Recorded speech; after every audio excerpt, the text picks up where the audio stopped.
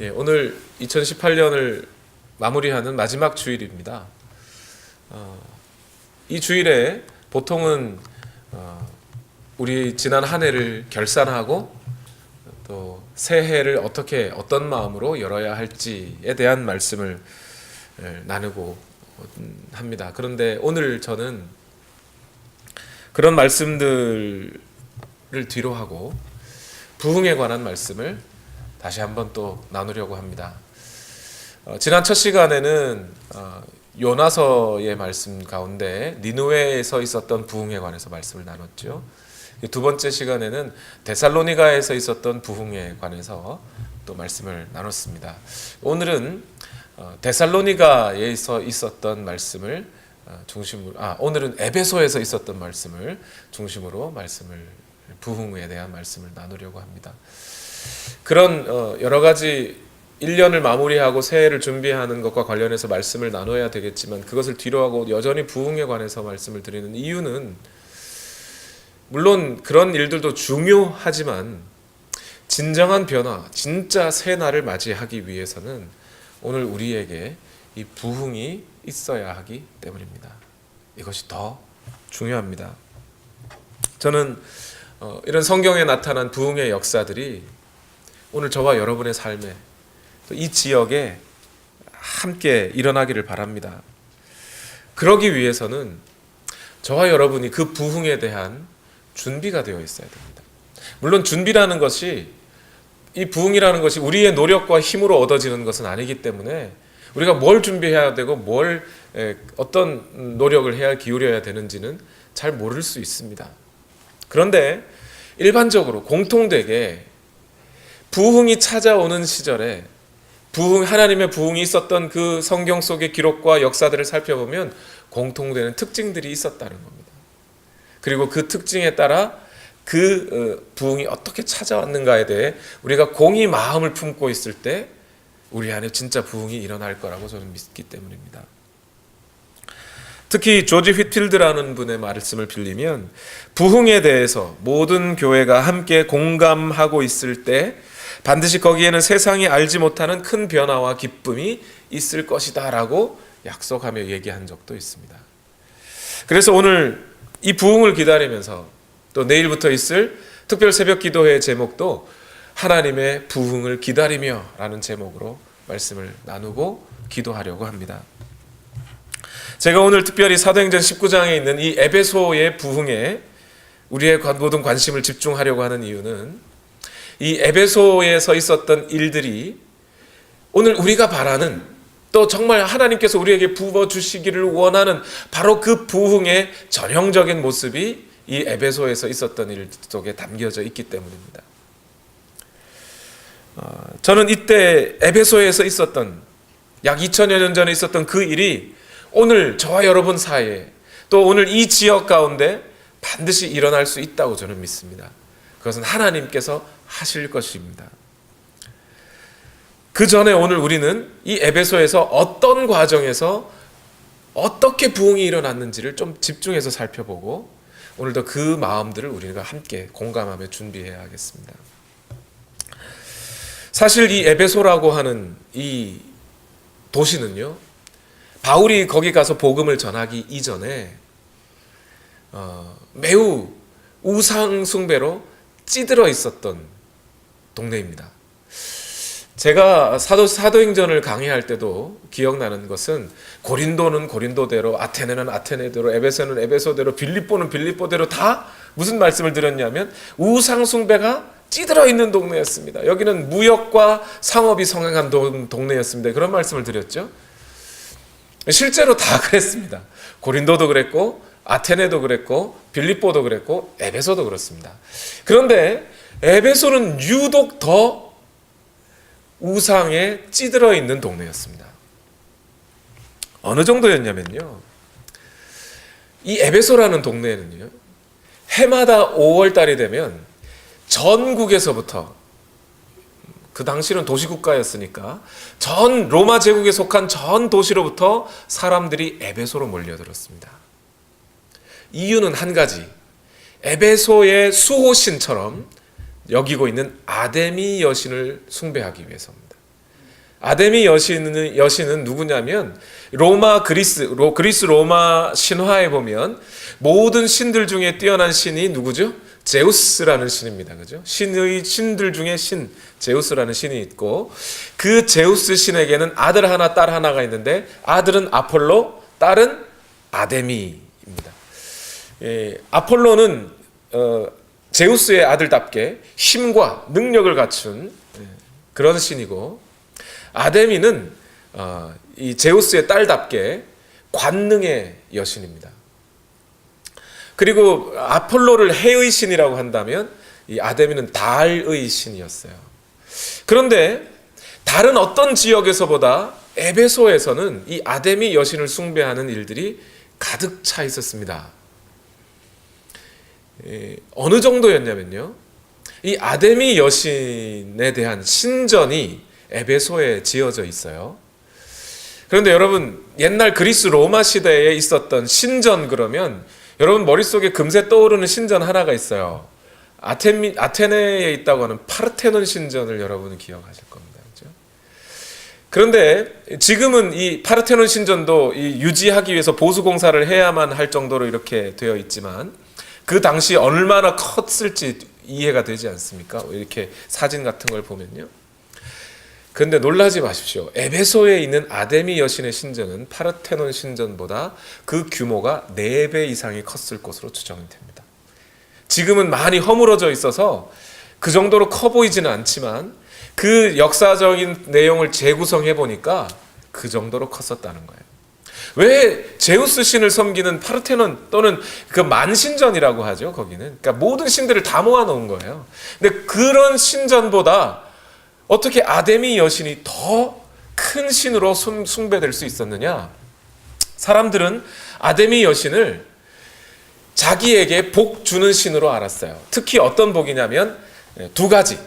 다산과 풍요를 관장하는 여신. 그러니까 옛날에 한국 사람들이 삼신할멈이 점지해줘야 아들을 낳지 뭐 이런 얘기 했잖아요. 그런 것처럼 내게 자식을 낳게 해주는 신이 아데미라고 여겼던 거죠.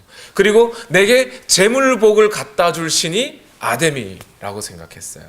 그래서 그 아데미 여신을 숭배하는 일들이 에베소에서 풍성하게 막 일어났는데요. 해마다 5월달이 되면 전국에서 사람들이 모입니다. 모여서 뭐 하느냐? 축제를 벌려요. 그러니까 그 당시 사람들이 얼마나 자식 낳는 일과 돈 버는 일에 관심이 집중되어 있었는지 아시겠죠? 이 신전이 그 가득하게 이 에베소를 딱 지키고 있는 그 지역에 이제 사도 바울이 와서 복음을 전하게 됐습니다. 복음을 전하는데 사도 바울의 그 당시 전략은 뭐냐면 먼저 유대인들을 찾아가는 거예요. 유대인들을 찾아가면 이방인들은 예수님이니 뭐 하나님이니, 아니 제우스 신을 섬기는 사람들이 하나님 얘기하면 제우스 생각하지 않겠습니까? 그러니까 하나님에 대한 얘기를 꺼내면 오해부터 걷어내기에 바쁜 거예요. 그래서 유대인들에게 먼저 여호와 하나님과 예수 그리스도의 사역을 알려주면 이 사람들은 선이해가 있으니까, 먼저 구약 성경을 알고 있는 사람들이니까 이 사람들에게 복음을 전하면 금세 복음을 받아들일 수 있다고 여겼던 것 같아요. 또 같은 동족이잖아요. 바울도 유대인이고, 그래서 유대인들에게 먼저 복음을 전해야겠다. 언어적으로나 문화적으로나 보나 그들에게 복음 전하는 것이 매우 효과 있겠다 싶었던 것 같습니다. 그런데 그래서 바울이 에베소에 오자마자 어디를 가냐면 유대인들의 회당을 찾아갑니다. 유대인들이 성인 남성 10명만 있으면 회당을 구성할 수가 있었어요. 회당이라는 건 오늘날 지금 우리가 이민교회지 않습니까? 미국에 살고 있는 한인들의 교회를 지어서 우리가 여기 살고 있죠. 마찬가지로 이스라엘 회당이란 뭐냐면 이스라엘 사람들이 이 가나안 땅 말고 가나안 땅 밖에 이민 나가서 살던 유대인들, 또는 옛날 바벨론 포로기 이후에 나가서 가나안 땅을 떠나서 살던 사람들이 거기서 유대인들의 종교와 문화를 유지하고 살아갈 수 있도록 지어놓은 건물 또는 모임을 회당이라고 합니다. 그 회당에서 이 사람들이 모여서 매일 안식일마다 예배를 드렸단 말이에요. 그러니까 바울은 먼저 에베소에 가자마자 그 회당을 찾아가서 예수 그리스도의 주 되심을 전하기 시작했어요. 그런데 오늘 본문에도 보니까 3개월 정도 그렇게 복음을 전했는데 에베소에서요, 사람들이 어떻게 해요? 받아들여요? 받아들이지 않아요.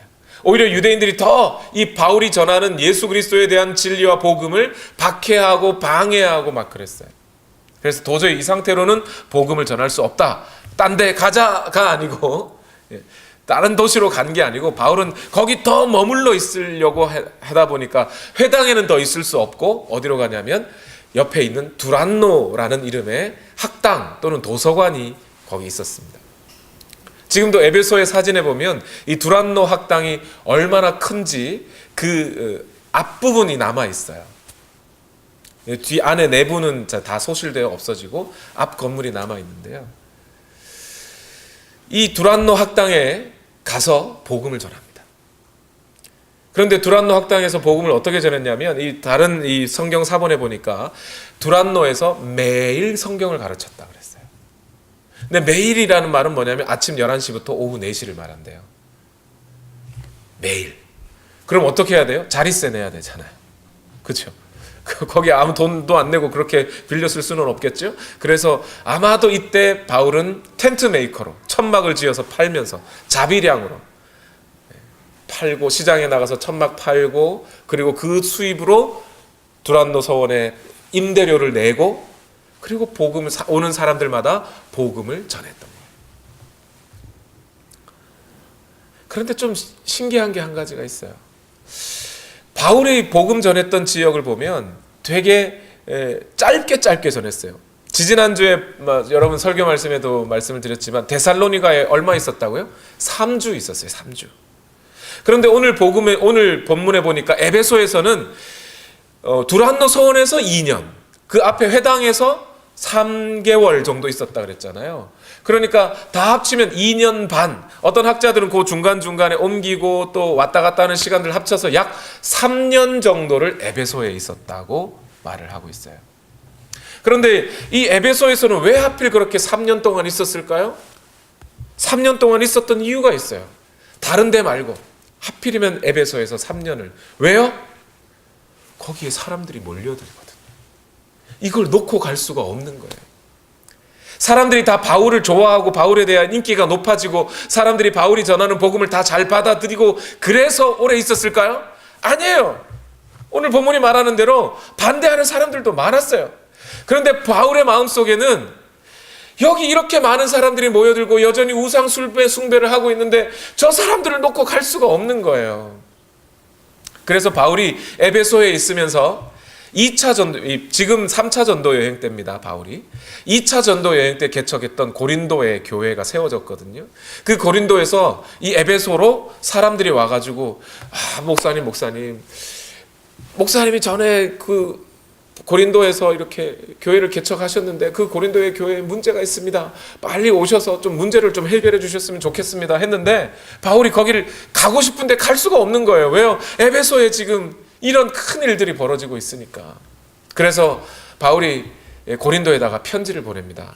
내가 지금 갈 수는 없고 조금만 기다렸다 가겠습니다. 왜냐하면 고린도전서 16장 8절과 9절에 이렇게 말해요. 그러나 오순절까지는 에베소에 머물러 있겠습니다. 나에게 큰 문이 활짝 열려서 일을 많이 할 수 있는 기회가 왔습니다. 그러나 방해를 하는 사람도 많이 있습니다. 바울이 지금 전국 방방곡곡에서 아데미 여신을 숭배하기 위해서 모여든 그 사람들을 놓고 갈 수가 없는 거예요. 이 사람들에게 복음을 전하지 않으면 안 되는 그런 열정이 불타오르는 거예요. 이 기회를 놓치고 싶지 않은 거예요. 그래서 뭘 했다고요? 두란노 학당에서 날마다 자기의 모든 사비를 다 털어 들어가면서 복음을 전하기 시작했다.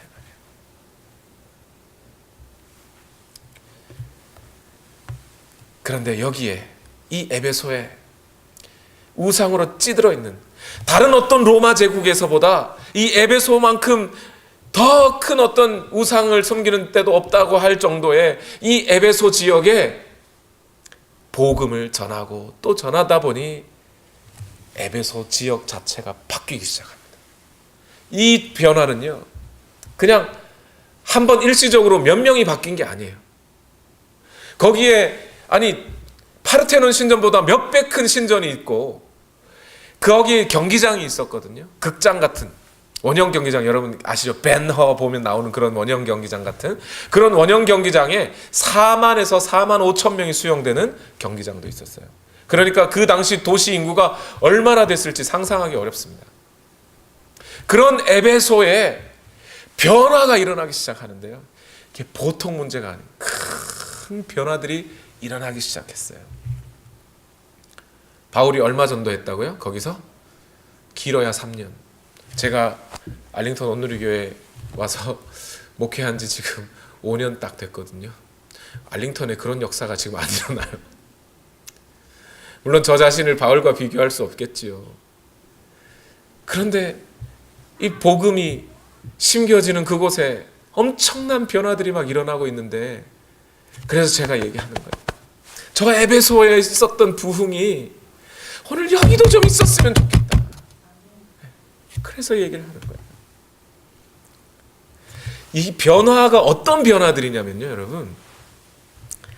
이 에베소에서 있었던 변화가 단적으로 드러난 예가 두 가지가 있어요. 첫 번째 19장 19절에 나오는데, 19절에 이렇게 말씀합니다. 사도행전 19장 19절. 또 마술을 부리던 많은 사람이 그들의 책을 모아서 모든 사람 앞에서 불살랐다. 책값을 계산하여 보니 은돈 5만 립에 맞먹었다. 바울이 한 게 뭐 있어요? 바울이 거기서요? 복음을 계속 강론하였다 그랬어요. 그랬더니 그 말씀을 들은 자들이, 내가 지금까지 마법을 부리며 살았던 그 신이, 내가 섬기던 그 신이 가짜였구나. 하나님이, 저 바울이 말하고 있는 저 신이 진짜구나 하면서 돌아오기 시작했다는 거예요. 나를 위해 죽어주신 분은 그분밖에 없구나. 오직 예수 그리스도. 이 그리스 로마 사회는요, 종교다원주의적인 사회예요. 모든 신들이 다 신으로 성배를 받을 수 있는, 그건 조금 더 어려운 말로는 범신론적인 사회입니다. 그런데 여러분, 그 에베소에 아데미를 숭배했다고 그랬잖아요. 근데 아데미만 숭배한 게 아니에요, 사람들은. 우리 기독교의 입장에서는 하나님만 이렇게 된 것 같지만 아데미만이 아니라 다른 여러 신들을 섬기는 사람들이 많았다고요. 그 신을 섬기는 사람들이 마법을 부려가며 자기 종교를 설파하고 다니는 곳이 에베소였다고요. 그런데 그 에베소에 살던 그 마법사들이, 마술사들이 뭘 태워요? 예수 그리스도를 받아들이고 나니까 마법책을 태우는 거예요. 이게 여러분, 어부에게 배와 그물이 전부이듯이 해리포터에게는 마술 지팡이가 전부이듯이요. 여러분, 마법사에게 이 책이라는 게 무슨 책이겠습니까? 요리책이겠습니까? 마술책이겠죠. 주역 같은 책이겠죠. 음양오행을 막 적어놓은 그런 책들을 다 어떻게 했다고요? 불살라버렸다는 거예요. 이게 보통 문제냐 이 말이에요. 여러분, 아무리 오늘날 이런 복음을 전하려고 하는 오늘 복음 전도자들이 이런 일들을 하려고 갖은 노력을 하는데요, 잘 안 일어나요. 이게요, 여러분. 여러분, 복음 가지고 여러분의 친구, 예수님 안 믿는 친구 단 한 명이라도 전도해 보셨어요? 사람 진짜 안 변합니다. 그런데 어떻게 에베소에는요, 이런 일들이 막 일어나요. 그 마법사들이 태운 책의 양이 음전 5만 립 정도라니까요. 저 얼마인지 모르겠습니다. 계산할 줄 모릅니다. 근데 엄청난 양이었던 거죠. 책 한 권에 은전 한 립은 했겠습니까? 은전이면 또 비싼 돈이지 않겠냐고요. 오늘날도 5만 권의 책을 가진 도서관이 별로 없어요. 그런데 은전 5만 립에 해당하는 책을 불사를 정도로 단 한 명, 바울이, 물론 그 일행이 있었습니다. 일행 몇 명과 함께 그 에베소라는 도시에 들어가서 뭐만 했어요? 복음 전했어요. 그랬더니 이런 일들이 일어나요. 엄청난 변화 아닙니까? 그런데 두 번째 또 하나의 변화의 단서들이 보이는데, 이거는 더 극적이에요. 이 에베소에 있는 주신이었던 아데미, 신전 앞에는요, 아데미 여신상을 은으로 세공하여 파는 사람들이 있었습니다. 마치 뭐처럼 만들어, 이 은신상이요, 이게 뭐 엄청나게 큰 게 아니고 돌하르방, 고만한 사이즈로 파는 거예요. 그런데 이 당시에 이 은으로 된 아데미 여신상을 파는 요 작업이 어떤 방식으로 팔렸냐면, 매년 하나씩 사야 돼요. 그런데 가족당 하나가 아니고 1인당 하나씩이에요. 로마 제국에 속한 사람들이 전국에서 몰려들어서 오늘 내게 다산과 풍요를, 오늘 내게 다산과 풍요를 하면서 아데미 여신상 하나를 1년에 하나씩 사야 돼. 효험은 1년밖에 안 가요. 그래서 다음 해에 또 와서 또 사야 돼. 여러분 쉽게 한번 상상해 보십시오. 인구 한 2, 30만 되는 도시에 전국 각처에서 몰려와서 다 아데미 여신상을 사갔어요. 얼마나 돈 많이 벌었겠습니까? 그래서 아데미 여신이 있던 그 신전의 옆에는요, 은행이 따로 붙었대요. 요즘도 대형 교회 가보면 여러분 주거래 은행이 있는 거 아시죠? 대형 교회들은요. 예. 그리고 여러분 헌금도 우리처럼 바구니 안 돌립니다. 예. 카드로 입력해야 돼. 은행에 바로 적금되게. 이 뭐예요? 은세공업자 중에, 은세공업자는 그렇게 종교적인 영향력을 가진 사람이에요. 능력이 있는 사람이라고요. 권력이 있는 사람이에요. 만약 은세공업자가 이거 안 팔면 어떻게 되겠습니까? 전국에서 난리가 나요. 이번에 신상이 왜 이러냐 이러면서, 야 신상이 얼굴이 좀 이쁘게 안 나왔어, 제대로 좀 만들어봐. 그리고 그 은세공업자를 중심으로 그 지역의 돈벌이가 얼마나 됐겠습니까? 달라스에 왜 사람들이 많이 모여요? 아메리칸 에어라인 본사가 여기 있잖아요. 거기 그것 때문에 막 모였죠. 한국의 수원에 삼성이 있어서 사람들이 모이듯이. 그런 식으로 그 아데미 여신을 중심으로 그 경제가 활성이 되고, 그 경제가 활성된 그곳에 은세공업자 데메드리오라는 사람이 있어요. 그런데 이 데메드리오가 어느 날부턴가 은신상이 팔리지를 않아요. 올해는 날씨가 안 좋아서 사람들이 많이 안 왔나? 그건 아닌데 어느 순간부터 이상해요. 그냥 어느 날 갑자기 안 팔리기 시작했으면 내년에는 다시 잘 팔리겠지 싶은데 그게 아니에요. 사람들의 마음이 점차 아데미 여신으로부터 떠나기 시작하는 거예요. 이게 심각한 문제죠. 종교 장사를 하는 사람들에게 있어서 사람들의 마음이 그 신으로부터 떠난다. 이거 심각한 문제예요. 장사가 안 돼요. 밥 못 벌어 먹어요. 그래서 데메드리오라는 사람이 다른 모든 세공업자들을 불러 모읍니다. 불러 모아서 1장 설교를 합니다. 여러분, 사도행전 19장 25절에서 27절에 이렇게 말해요. 여러분이 아시는 바와 같이 우리는 이 사업으로 잘 살고 있습니다. 그런데 여러분이 보고 듣는 대로 바울이라는 이 사람이 에베소에서뿐만 아니라 거의 온 아시아에 걸쳐서 사람의 손으로 만든 신은 신이 아니라고 말하면서 많은 사람을 설득해서 마음을 돌려놓았습니다. 여러분, 이 데메드리오의 말 속에 얼마나 큰 위기감이 있는지 느껴지십니까? 이게 그냥 장사가 하루 이틀 안 되는 정도가 아니고, 저 바울이라는 사람이 사람의 손으로 만든 것은 신이 아니라고 말하니까 사람들이 다 글로 쓸려가면서 이 은세공업자들이 만든 은신상을 안 산다는 거예요. 자기들이 돈 수입이 안 되면 자기만의 문제겠죠. 그런데 이거 수입이 안 되면 어떻게 해요? 신전에 곁들여 사는 사제들이 있지 않습니까? 그들도 돈을 못 벌어요. 이거 유지가 안 되게 생긴 거예요. 27절에 그러니 우리의 이 사업이 명성을 잃을 위험이 있을 뿐만 아니라 위대한 아데미 여신의 신전도 무시당하고, 또 나아가서는 온 아시아와 온 세계가 숭배하는 이 여신의 위신이 땅에 떨어지고 말 위험이 있습니다. 이 사람이 진짜 그 여신의 위신이 떨어질까 봐 그게 두려워가지고 이 얘기하는 게 아니죠. 지금 그 여신의 위신이 땅에 떨어지면 뭐가요? 돈을 못 벌어요. 우리가 먹고 살 길이 막막해져요. 그러니 우리가 다시 이 바울이라는 놈을 어떻게든 처리해 봅시다. 그러면서 극장으로 몰려들어서 바울과 그 일행을 잡아 죽이려고 난동을 부리는 사건들이 일어났어요. 여러분, 부흥이 일어나는 곳에 이런 일들이 일어나요. 그 부흥을 반대하고 그 부흥 때문에 돈벌이가 안 되고 먹고 살기가 안 되는, 여러분, 저는 이런 얘기를 들어본 적이 없어요, 사실이요. 지금 어느 도시에 어느 목사가 아니면 어느 신학생이 와가지고 교회를 세웠는데 돈벌이가 안 된다. 그 예수 믿는 일 때문에 우리가 쫄딱 망하게 생겼다. 이런 얘기를 들어본 적이 없어요. 변화가 없는 게 더 당연한 거죠. 물론 최근에 저는 텍사스 A&M이라고 하는 대학교에 일어난 큰 부흥의 역사들을 저는 듣고는 있습니다. 학생들이 매주 화요일 저녁 5천여 명 되는 학생이 다 모인대요. 모여서 기도회를 하고 있어요. 그 학교가 기독교 학교가 아니에요, 여러분. 그냥 일반 학교예요, 대학교예요. 그런데 여러분, 에베소에 이런 변화가 일어나기 시작했다는 거예요.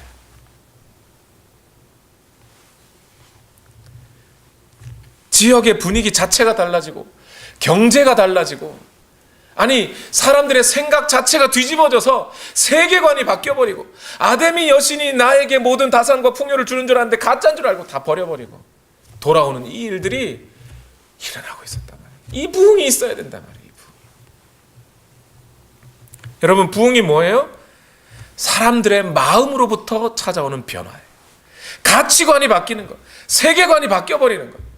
우상 숭배하던 자들이 우상과 신상을 깨뜨려버리고 하나님 앞에 나와 꿇어 엎드리는 것. 마법사들이 마법책을 다 던져 불태워버리고 하나님만 섬기겠다고 나오는 것. 이게 부흥이라고요. 뿐만 아니라 이 부흥은 오늘 교회 안에서도 일어나야 돼요. 교회를 다닌다고 하지만 여전히 세속적인 가치관과 세계관에 물들어 있던 사람들이 그 세속적인 가치관과 그 세계관들을 버려버리고 하나님의 가치관으로 완전히 뒤집어 쓰는 것. 이 땅의 물질과 성공에 취해서 그것만 쫓아가고 이러고 살다가 나 천국 가면 그만이지 하던 사람들이, 아니 바로 오늘 여기에 하나님의 나라가 임하여 그 하나님의 나라에 대한 소망으로 죽을 때까지 나 이러다 죽어도 좋아하는 그런 능력과 힘이 생겨나는 것. 그게 부흥이라 이 말이에요. 죄와 허물로 찌들어 살던 사람들이 의와 평강과 예수 그리스도로 옷 입고 살아가게 되는 것. 하나님을 예배하는 것도 그저 힘없이 내가 이러고 그냥 10번 수백 번 이렇게 예배를 드리다 보면 나 죽겠지, 그렇게 사는 게 아니라 예배의 감격 속에 빠져서 하나님께서 부어주시는 은혜와 그 기쁨 속에 만끽하며 살아가는 것. 그 능력이 오늘 우리에게 부어져야 된다 이 말이에요. 아무리 새해가 온다 하더라도 이 부흥이 우리에게 찾아오지 않으면 2018에서 2019로 그냥 숫자만 바뀐 것이지 큰 변화가 아닌 거예요. 그건 새 것이 아니에요. 해 아래 새 것이 없나니 없어요, 여러분. 진짜 새 것은 이게 새 것이에요. 부흥이 와야 되는 거예요. 저는 여러분에게 무조건 열심을 내라고 압박하려는 게 아니에요, 여러분.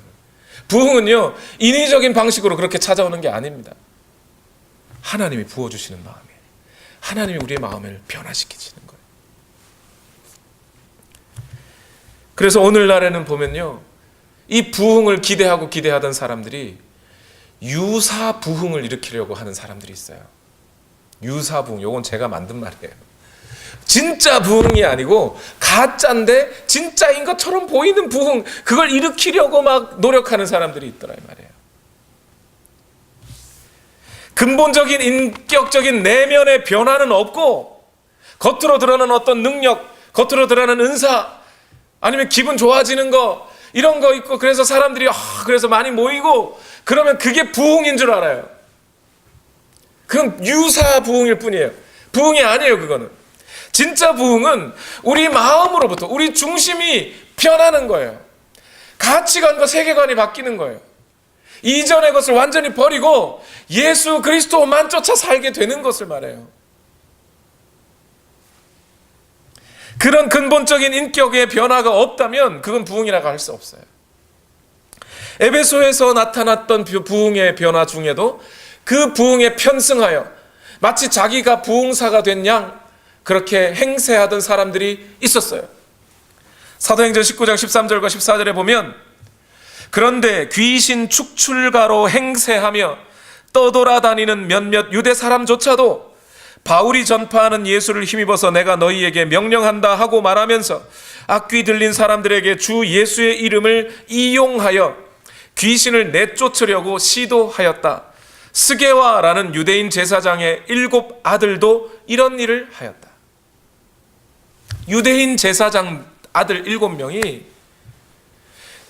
자기들에게서 능력이 나타나게 하려고, 그 능력이 나타나서 이 변화가 일어나게 한 것인 양 보이게 하려고, 그래서 결국 누구를요? 자기들이 인기를 얻으려고 이 일을 했단 말이에요.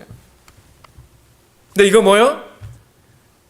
그렇게 해서 귀신이 나가지도 않을 뿐더러 또 나갔다 한들 그건 진짜 부흥이 아니라.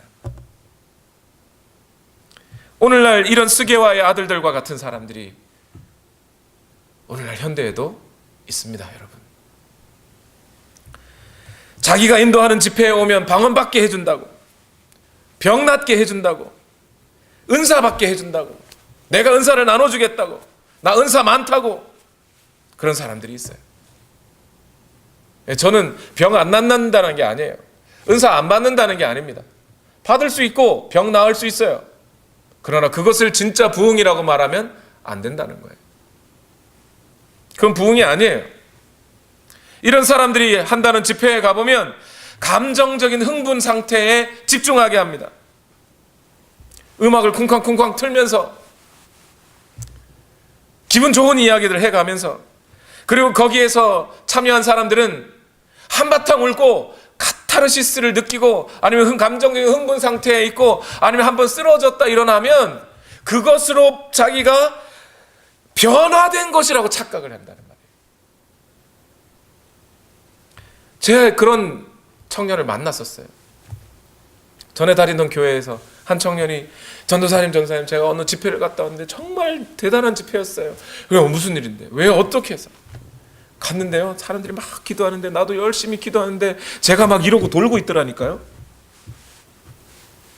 그래서 돌아서 어떻게 뭐 변화가 있었어? 아니 그러니까요, 전도사님, 제가요 요 앞에서 기도했는데 막 울고 막 기도하다 보니 저 뒤에 가 있더라니까요. 아니 그러니까 그래서 뭐 인격의 변화는 없이 어떤 신비스러운 경험들을 하면 그것으로 부흥이 온 것으로, 그것으로 내게 변화가 일어난 것으로 착각하게 되더라. 오늘날 유행하고 있는 설교 세미나 이런 것들이 있습니다. 거기에 비슷한 예들이 다 있어요. 어떻게 하면 사람들의 마음을 움직일 수 있느냐, 어떻게 하면 복음을 잘 프레젠테이션 할 수 있느냐, 뭐 이런 말로 좀 유식한 말로 바꿔보긴 하는데, 결과적으로 다 얘기하면 어떻게 하면 사람들의 반응을 일으키게 할 수 있느냐 하는 일종의 거기에만 집중되어 있는 세미나들이 간혹 있어요, 여러분.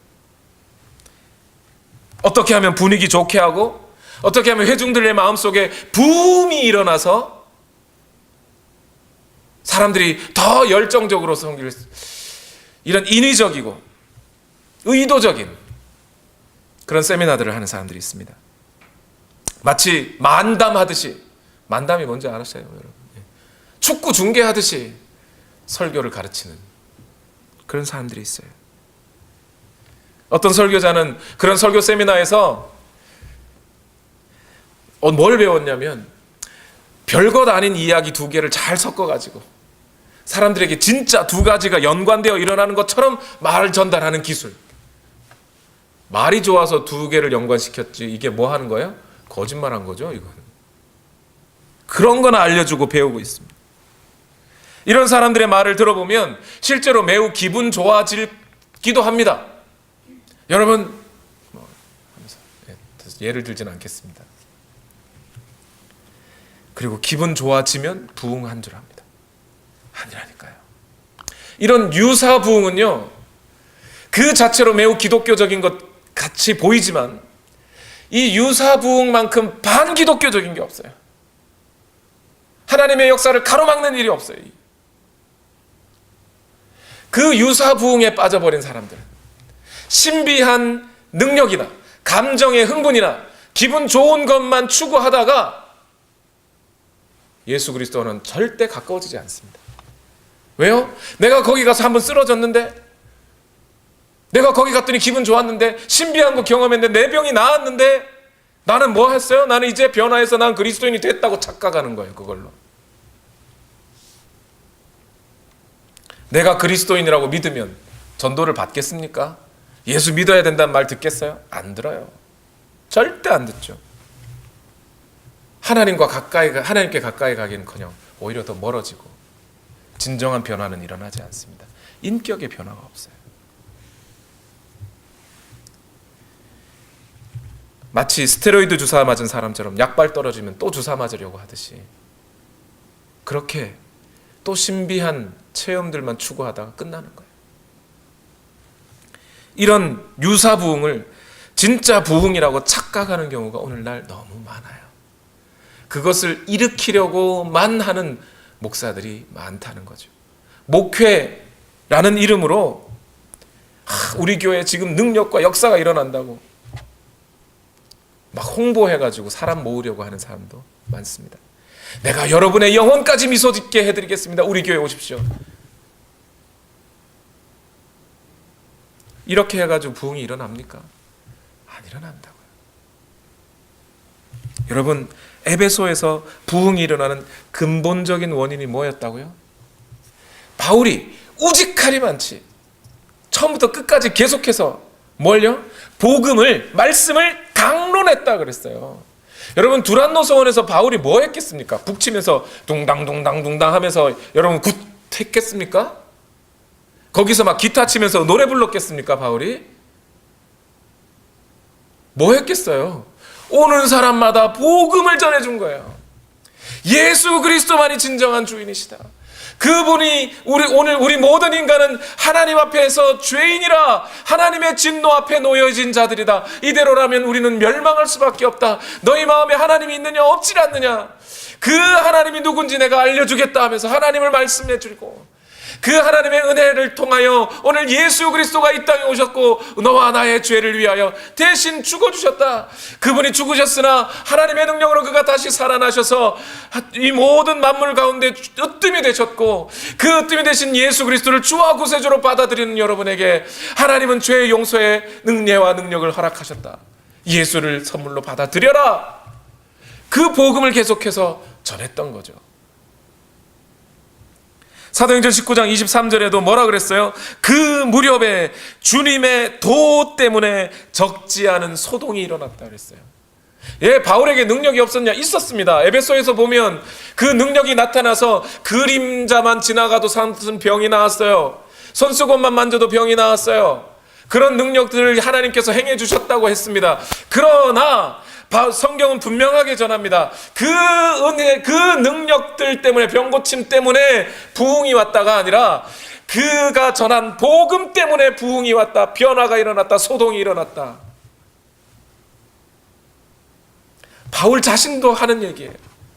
바울이 에베소 사역을 마치고 다른 지역에 가서 다시 아까 말씀드렸던 고린도 같은 그런 데 가서 복음을 다시 더 전하고 교회를 세우고 다시 예루살렘으로 돌아가는 길에 에베소 옆을 지나게 됐습니다. 에베소 사람들을 내가 다시는 못 볼 것 같아요. 왜요? 예루살렘으로 가면 이제 결박당해 죽을 것 같거든요. 그래서 에베소 사람들을, 에베소의 교회 사역자들을 다시 부릅니다.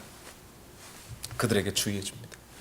그 부흥이 변질되지 않도록 너희가 철저하게 말씀을 전해야 된다.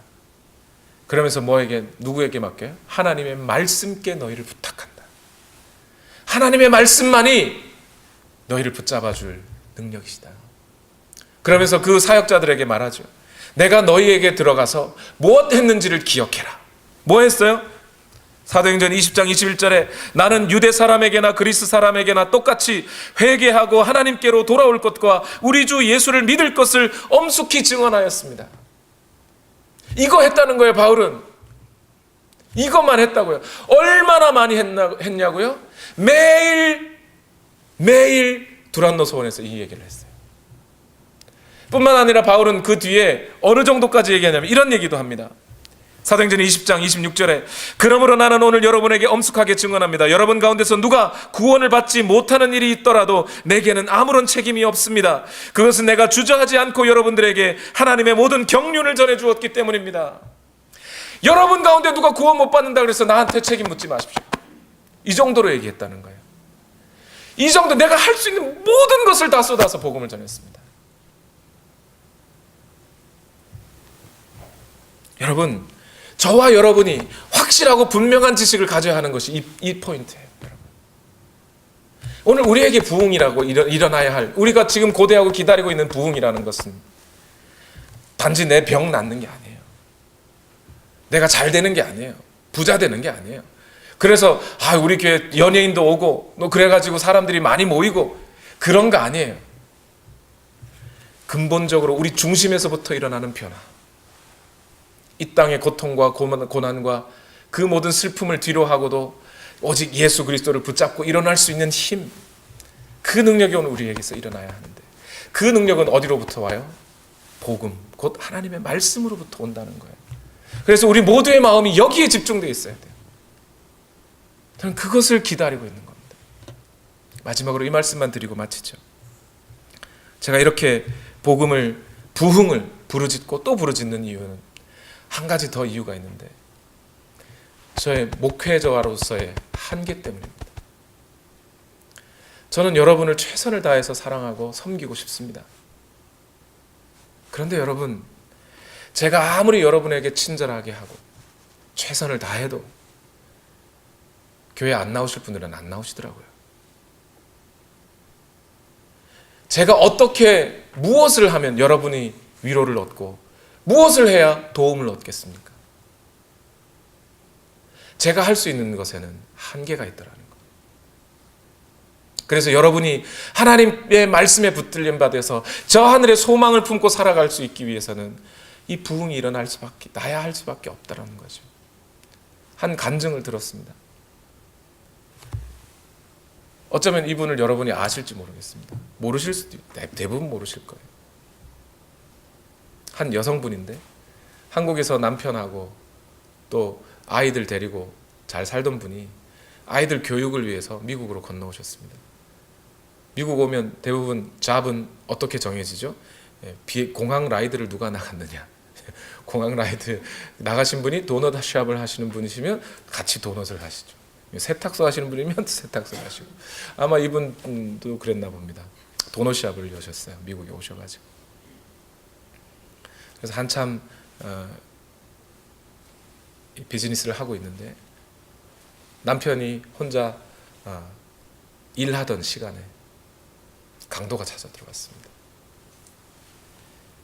돈을 훔쳐가면 그걸만 했으면 다행인데, 아마 남편분이 이 강도의 얼굴을 알고 있었는지 CCTV에 찍혀서 그랬는지는 잘 모르겠지만 강도가 남편을 권총으로 쏴서 죽여버렸습니다. 나중에 시신을 안고 봤더니 아마 바닥에 쓰러진 남편을 확인 사살까지 했던 것 같아요. 비참하지 않습니까? 여러분, 이런 분에게, 이런 아픔을 당한 분에게 목사가 뭔 말을 해야 위로가 됩니까? 무슨 도움을 줘야 도움이 됩니까? 그 일로 끝난 게 아니에요.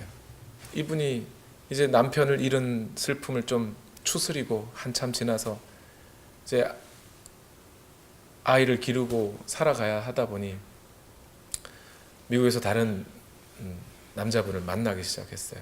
자기 가게에서 일하시던 분인데 서로의 마음을 좀 확인하고 믿음이 싹 트어갈 무렵 이 남자분이 이 여자분의 전 재산을 다 훔쳐서 도망가 버렸어요.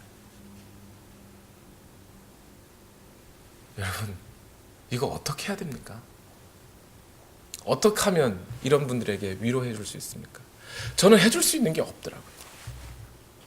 아무리 생각해도. 제가 어느 정도 돈을 줘야 이분들에게 위로가 되고, 어느 정도 위로의 말을 해드려야 됩니까? 언제까지 그분들에게 친절의 말을 해야만 그분들이 교회에 붙잡혀 있을까요? 감사하게도 하나님께서 그 여자분의 마음에 부흥을 허락해 주셨어요. 교회를 알게 되었고 예수 그리스도를 믿게 되었고 그분을 주와 구세주로 영접하고 났어요. 그런데 과거의 그 모든 아픔과 슬픔을 말끔히 씻고 새 출발을 하고 있다고 그 간증을 들었습니다. 여러분, 부흥은 이렇게 일어나야 돼요. 오늘 저와 여러분 안에 만약 우리가 잊어버리고 있었던 구원의 감격이 있다면 그 감격을 다시 회복하는 것이 부흥입니다.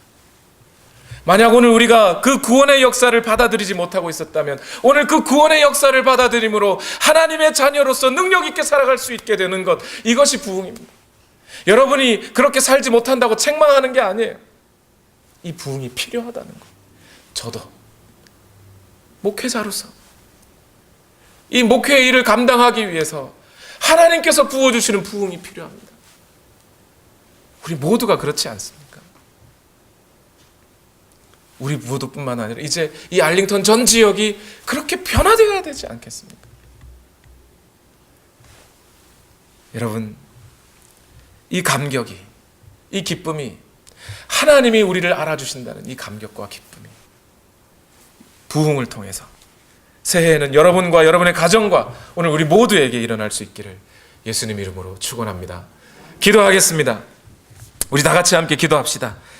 하나님, 이 주님께서 나를 알아주신다는, 나를 건져주시고 나를 살려주시고 나를 변화시켜 주셔서 저 하늘의 영원한 소망을 가지고 살아갈 수 있게 해주신다는 이 부흥의 역사가 오늘 나에게, 오늘 우리 모두에게 임하게 하여 주옵소서. 주여, 나를 받아 주옵소서. 우리 시간 다 같이 함께 기도하시겠습니다. 살아계신 아버지 하나님, 오늘도 역사하여 주시옵소서. 하나님의 말씀으로 오늘 우리가 채워질 수 있기를 원합니다. 주여, 함께하여 주시기를 원하오니 주여, 우리의 모든 삶을 주님의 은혜로 채워주시옵소서. 주여, 역사하여 주시기를 원합니다. 주여, 오늘 우리와 함께하여 주시기를 원합니다. 하나님, 역사하여 주시옵소서. 아버지, 오늘 우리를 인도하시고 하나님, 이 부흥의 역사가 오늘 우리 모두에게 임하기를 원합니다. 하나님, 함께하여 주시옵소서. 하나님, 역사하여 주시옵소서. 하나님, 은혜로 충만하게 하여 주시옵소서. 하나님의 말씀으로 오늘 우리가 채워지게 하여 주시옵소서. 주여, 은혜를 더하여 주시기를 원합니다.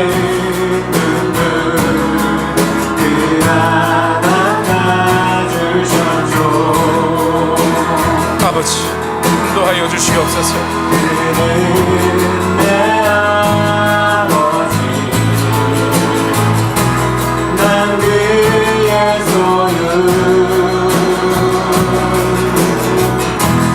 내가 어딜 가든지 날 떠나지 않죠.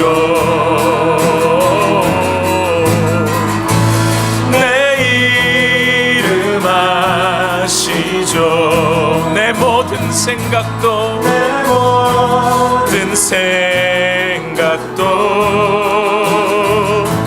아바라 부를 때 그가 들으시죠. 내 이름 아시죠?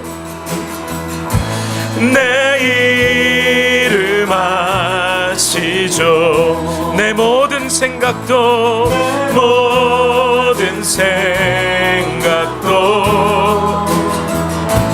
아바라 부를 때 그가 들으시죠. 그가 들으시죠.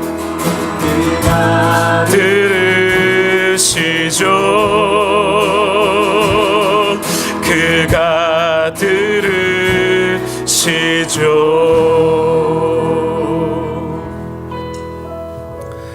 하나님,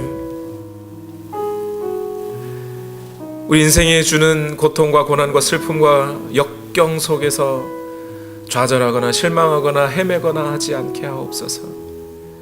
하나님이 부어주시는 힘과 능력으로 떨치고 일어나서 주의 자녀답게 강건하게 살아낼 수 있기를 원합니다.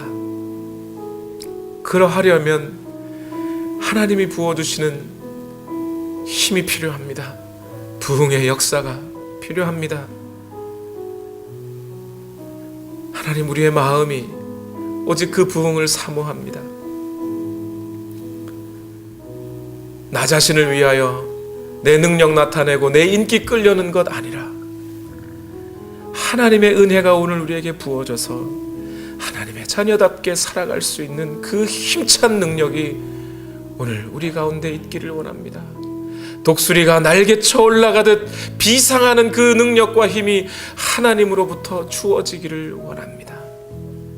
하나님, 이 부흥을 경험하고 맛보아 살기 원하오니 주여 우리를 붙들어 주시고 근본적인 삶의 변화가 오늘 우리에게 일어나게 하옵소서. 그 일을 위하여 우리 모두가 주의 복음에 우리의 마음과 관심을 집중합니다. 하나님, 역사하여 주셔서 이 모든 일들을 감당할 수 있는 힘과 능력이 오늘 우리에게 있게 하옵소서. 이 시간 또한 하나님 앞에 예물을 올려드립니다. 너희는 먼저 그의 나라와 그의 의를 구하라 하신 대로 하나님께서 부어주시는 힘과 능력을 구하며 예물을 올려드립니다. 예물을 드린 손길들마다 주님 복되게 하시고 예물이 쓰여지는 곳마다 하나님의 말씀이 그 땅에 하나님의 나라가 임하게 하시며 이 모든 것이 너에게 더할 것이라고 하는 약속의 말씀 또한 우리 삶에 이루어지게 하옵소서. 예수님의 이름으로 기도하옵나이다. 아멘.